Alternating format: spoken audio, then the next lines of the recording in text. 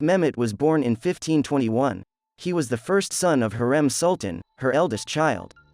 But according to tradition, it was not he who was the main claimant to the throne, but Mustafa, the son of Mahidevran, who was 6 years older than Mehmet. Mehmet was brought up the same way as the other sons of the Sultan. History always mentions him as a very literate, sensible, calm man. It is known that he was madly loved by his father. Perhaps not only because of his personality, but also because he was their first son with their beloved harem. People often ask me in the comments what kind of relationship Mustafa and Mehmet had. There could be no friendship between them.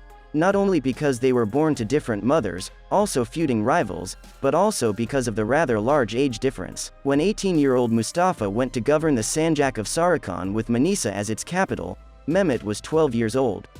Mehmet went to govern the Sanjak at a rather late age of 20. And that Sanjak became all the same Manisa. Sultan Suleiman removed his eldest son Mustafa from his position as governor of Manisa, sending him to govern Amasya, and replaced him with Mehmet. This was a huge blow to the eldest son and his mother, as they were ostentatiously shown that Mustafa was no longer the main contender for the throne. Let me remind you that traditionally the rulers of Manisa became sultans in the Ottoman Empire, since this particular Sanjak was closest to the capital. This change of power took place in 1541. But after that, Mehmet was not permanently in the Sanjak. He, like his brothers, took part in military campaigns, where he proved to be a good warrior. Probably because of this long military campaign, Mehmet did not have time to have many offspring. It is only known that he had a daughter, Humasha, with the father participated in a campaign to the island of Corfu in 1537. Then, in 1541, participated with his brother Selim in the campaign to Buda. In 1543, in connection with the capture of Belgrade the 100th, the sons of the Sultan were sent to their Sanjaks. Mehmet himself took part in the celebration of this event on Wednesday, October 31, 1543, in Manisa.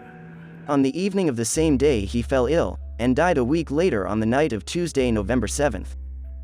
The official cause of his death was smallpox. There is an opinion that it was Mahidevran who arranged for him to be infected. And then different theories are put forward, similar to what we were shown in The Magnificent Century. The main evidence for this special contamination is that Mehmet never left the palace before his illness. But as we can see from Turkish sources, and the facts about Shehzade Mehmet's death I cite from an authoritative source, Mehmet did not sit in the palace. And he could catch smallpox both on the way to his Sanjak from the military campaign and at the celebration of victory in his return on October 31. Although the first option seems more plausible to me, because smallpox has an incubation period of 1 to 2 weeks. This is when a person is already a carrier of the virus, but has no symptoms yet. By the way, smallpox has been raging for several centuries, and the last case of this viral disease was reported in 1977.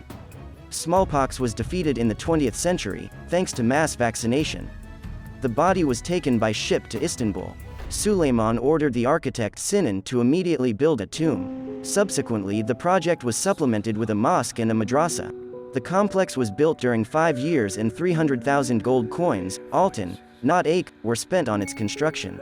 A throne was subsequently placed over Mehmet's Nadgobium by order of Sultan Suleiman, which further proves that it was Mehmet who he saw as his successor.